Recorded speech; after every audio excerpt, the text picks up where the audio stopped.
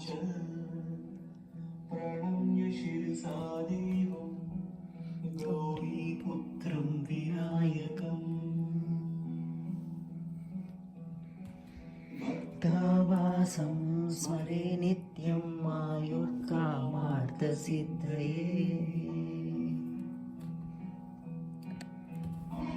शिरसा गौरीपुत्रं विनायकम् भक्तावासं स्मरे नित्यं आयुर्कामार्थसिद्धये वक्रतुण्डं च एकदन्तं द्वितीयकं तृतीयं कृष्णपिङ्गाक्षं भद्रं चतुर्थकं लम्बोदरं पञ्चमं च षष्ठं विकटमेव च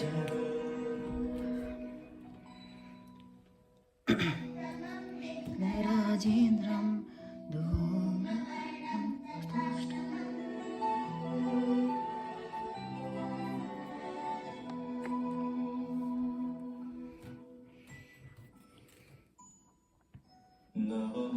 बालचन्द्रं च दशमं तु विनायकम् एकादशं गणपतिं द्वादशं तु गजाननम्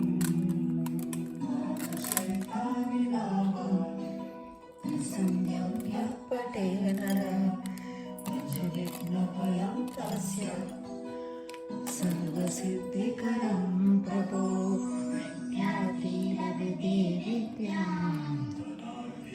लभते धनं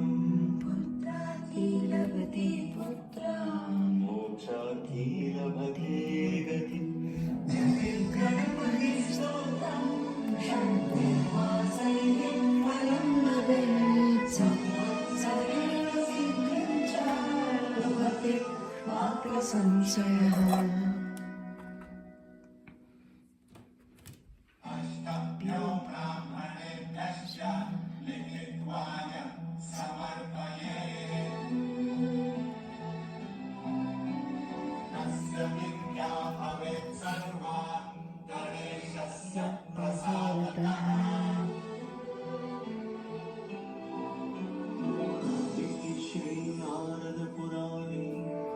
संकष्टनाशनं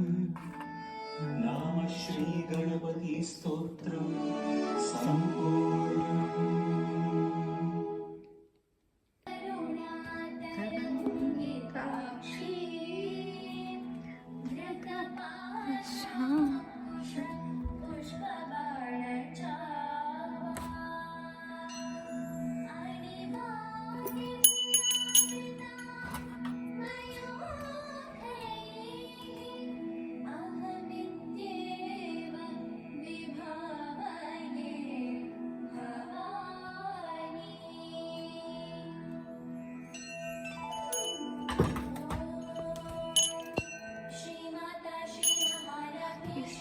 सिंहासनेश्वरी चिदग्निकुण्डसम्भूता देवकार्यसमुद्यता